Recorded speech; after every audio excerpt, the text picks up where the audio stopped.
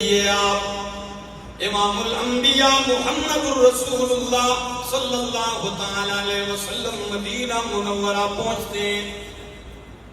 مکہ چھوڑ دیا رات کے اندھیرے میں، یار غار صدیق اکبر کے ساتھ ہیں. مدینہ پہنچتے ہیں. مدینہ میں اس وقت یہود آباد تھے، نصارہ اہل کتاب.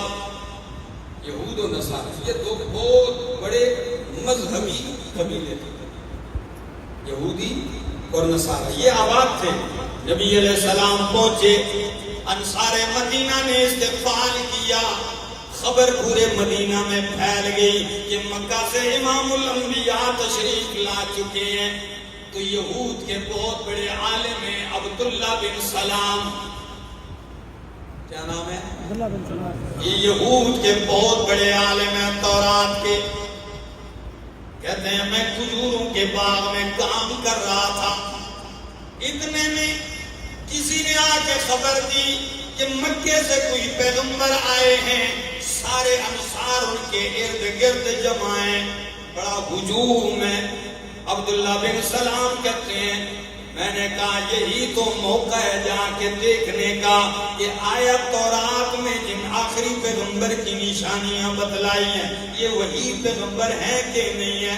میں آ گیا، محفل لگی ہوئی ہے، امام الانبیاء محمد الرسول اللہ صلی اللہ علیہ وسلم جلوہ افروز ہیں. میں آیا سامنے، پہلی بات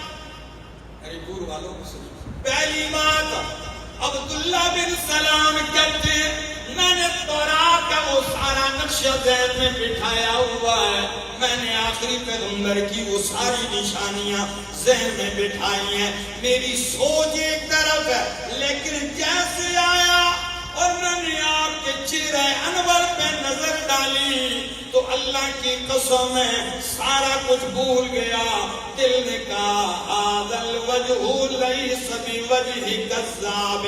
اللہ کی قسم ہے یہ چہرہ کسی جھوٹے کا نہیں ہو سکتا.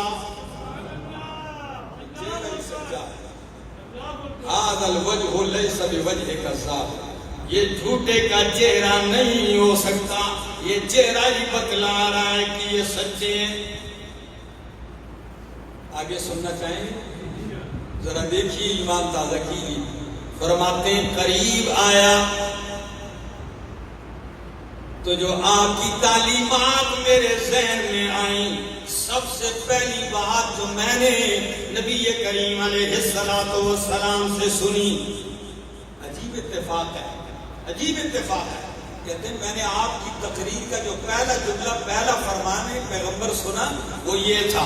آپ سے پہلی بات جو میں نے سنی وہ یہ تھی کہ آپ ارشاد فرما رہے تھے یا ایھا الناس، اے لوگو افشوا السلام، سلام کو عام کرو، واطعموا الطعام، اور غریبوں مسکینوں کو کھانا کھلاؤ، وصلوا الارحام، رشتے ناتے جوڑ کے رکھو، وصلوا باللیل والناس نیام، رات اٹھ کے نماز پڑھو جب سارے لوگ سوئے ہوئے ہوں. تدخلوا الجنت بسلام، تم جنت میں داخل ہو جاؤ گے سلامتی کے ساتھ. مسند احمد مستدرک حاکم دونوں حدیث کی کتابوں کی حدیث ہے. کتنی پیاری تعلیمات ہے. فرمایا اے لوگو افشوا السلام، کیا عام کرو؟ سلام کو. ہمارے ہاں سلام کا رواج ہی کوئی نہیں. جانتا ہو تو ہم اس کو سلام کر دیتے ہیں، نہ جانتا ہو تو راستے میں گزرتے ہیں سلام بھی. اور کئی تو جانتے ہوئے بھی سلام اس لیے نہیں کرتے کہ وہ اس انتظار میں ہوتے ہیں کہ پہلے اگلا کوئی سلام کرے تو میں کروں. اس انتظار میں ہوتا ہے کہ میں تو بڑی چیز ہوں نا، پہلے وہ سلام کرے گا تو میں جواب دوں گا. حالانکہ میرے پاک پیغمبر صلی اللہ تعالی علیہ وسلم کی عادت مبارکہ تھی، آپ سلام میں پہل کرتے تھے. یہاں تک کہ کائنات کی سب سے عظیم ہستی سیرت دیکھ لیجئے، آپ راستے پہ گزرتے بچے بھی نظر آتے تو آپ بچوں پر بھی سلام میں پہل کر دیتے.